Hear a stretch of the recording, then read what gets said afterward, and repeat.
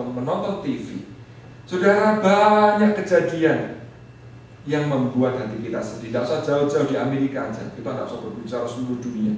Ini yang saya dapatkan dari sekian banyak, saudara. Tanggal 12 Februari di Huntsville, Alabama, apa yang terjadi? Seorang profesor biologi, saudara. Ini orang pinter. Dia mestinya tahu itu, sadar apa yang akan dia lakukan. Amy Bishop baru umur 42, dia tembak, saudara, 3 rekan pengajar yang lain dan melukai 3 yang lain. 3 mati, saudara. Berita tanggal 18 Februari di Tampa, Florida, Dr. Daniel Leron, seorang psikolog. Ini sudah doktor, bukan cuma psikolog saja, saudara. Berarti dia ahli jiwa. Bayangin, saudara, ahli jiwa. Seharusnya menolong. Jelas? Ya kan? Apa yang dia lakukan? Dia dituduh melakukan seks multiple times dengan bukan salah satu, saudara, beberapa pasien perempuannya.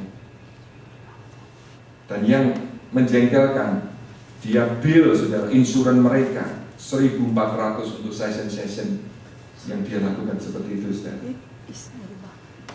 Ini laporan dari Florida Department of Health. Ada juga peristiwa lain, saya baca di koran, saya lupa tempatnya, gimana seorang suami nonton bioskop, saudara, di gedung bioskop bersama istri dan anaknya.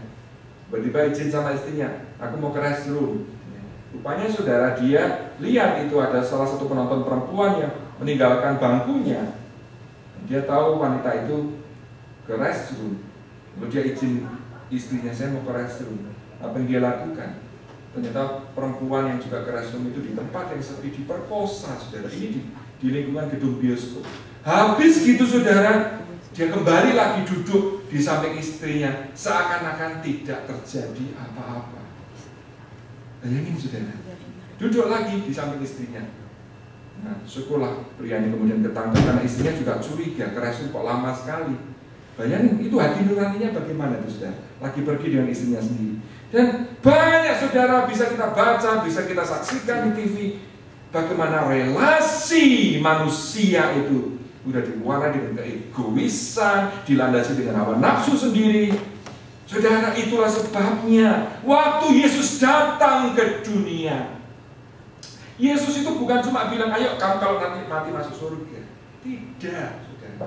Tapi Yesus mau mendirikan satu komunitas yang baru, saudara. Di mana komunitas ini menggambarkan hubungan Allah Tritunggal, melukiskan hubungan Allah Tritunggal di bumi ini. Sebuah komunitas yang dibangun dan didasari oleh kasih, sebagaimana Allah mengasihi kita. Allah mau, saudara, kita juga bisa saling mengasihi di dalam konteks kehidupan komunitas kita bersama. Nah, puji Tuhan, saudara, apa yang Allah rencanakan itu terwujud, ya, saat gereja yang pertama lahir di dunia. Ini dicatat di Kisah Para Rasul. Mari kita baca Kisah Para Rasul pasal 2. Wah, setengah 1, saudara, harus cepat ini. Sudah lapar, saudara? Mau jawab iya, bukan. Mau bilang belum, tapi lapar. Tahan ya, saudara, ya. 1 jam lagi kira-kira? Boleh. Kisah Para Rasul 2. Kita baca cepat aja ya, ayat 41 sampai 47. Orang-orang yang menerima perkataannya itu memberi diri dibaptis, dan pada hari itu jumlah mereka bertambah kira-kira 3.000 jiwa. Mereka bertekun dalam pengajaran rasul-rasul dan dalam apa, saudara? Persekutuan. Dan mereka kadang-kadang 2 bulan, 3 bulan sekali? Tidak, saudara. Mereka selalu berkumpul untuk memecahkan roti dan berdoa. Maka ketakutanlah mereka semua, sedang rasul-rasul itu mengadakan banyak mukjizat dan tanda. Dan semua orang yang telah menjadi percaya tetap bersatu, dan segala kepunyaan mereka adalah kepunyaan bersama, dan selalu ada dari mereka yang menjual harta miliknya lalu membagi-bagikannya kepada semua orang sesuai dengan keperluan masing-masing. Ditekankan lagi di sini di ayat 46, dengan bertekun dan dengan sehati mereka berkumpul tiap-tiap hari dalam bait Allah. Mereka memecahkan roti di rumah masing-masing secara bergilir dan makan bersama-sama dengan gembira dan dengan tulus hati sambil memuji Allah. Dan mereka disukai semua orang, dan tiap-tiap hari Tuhan menambah jumlah mereka dengan orang yang diselamatkan. Sudah lihat tadi betapa jemaat mula-mula mencerminkan satu persekutuan yang indah. Mereka tidak sendiri-sendiri, saudara. Mereka berusaha untuk berkumpul, untuk bersekutu, belajar firman Tuhan bersama-sama, berdoa bersama-sama, saling memperhatikan satu dengan yang lain. Nah, memang saudara, bagi kita ya, saat ini tentu akan sulit untuk tiap hari kumpul ya seperti mereka. Tapi poin yang tadi Ibrani 10 ayat 25 nasihatkan, kita usahakan saudara, paling tidak minggu ya, itu menjadi prioritas bagi kita untuk beribadah. Nah, alangkah lebih baik saudara juga bisa mendukung pekerjaan Tuhan lewat persekutuan doa ya, hari Selasa maupun Bible study. Kita butuh saudara seiman, saudara. Kita tidak boleh malas untuk bersekutu. Saudara, melalui komunitas bersama ini, kita itu akan dibentuk, kita akan bisa bertumbuh. Memang tidak mudah, saudara, kumpul bersama orang dengan berbagai macam latar belakang. Satu keluarga anak 5 itu belum tentu bisa akur, bahkan tidak sedikit yang tidak berbicara satu dengan yang lain. Itu padahal satu keluarga sendiri. Apalagi gereja yang terdiri dari berbagai macam orang. Tidak mudah, saudara.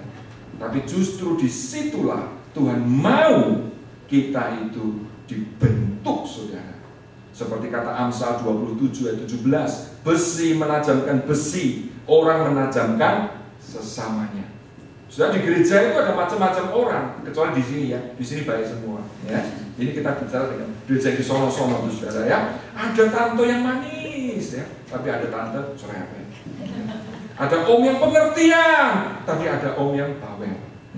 Ada Mr. Encourager, suka membangun, mendorong, tapi ada Mr. Kritikus. Ada Mrs. yang lembut, tapi ada yang keras. Ada yang ibu sabar, ada ibu judes. Ada nyonya yang suka melayani, ada yang bosi. Jadi itu gambaran di gereja, saudara, terdiri dari berbagai macam orang. Nah, tidak mudah. Makanya di gereja pun bisa terjadi benturan, bisa ada yang tersungging, bisa ada yang terluka. Tapi firman Tuhan berbicara apa? Justru di dalam konteks kebersamaan itu kamu dibentuk, kamu diajar untuk bagaimana sabar, untuk tidak memasukkan kata-kata yang menyakitkan itu kita pinggirin terus sampai di bak mimpi, saudara. Kita diajar, udahlah, don't take it seriously.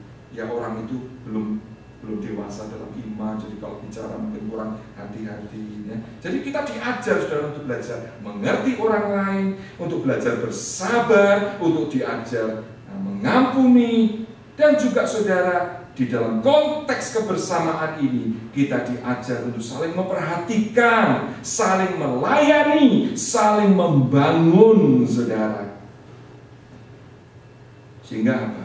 Kita semua bisa bertumbuh. Saya harap di sini saudara mulai melihat kenapa itu. Saya tadi katakan pertumbuhan rohani tidak mungkin terjadi kalau kita sendirian. Kenapa Tuhan itu mau kita anak-anak Tuhan tidak saling menjauhkan diri dari persekutuan-persekutuan? Karena di dalam konteks hidup bersama persekutuan ini kita bisa saling membangun, saling membentuk, saling melayani, saling menguatkan, dan saling menjadi berkat, saudara. Ada beberapa kesaksian yang sebetulnya saya siapkan.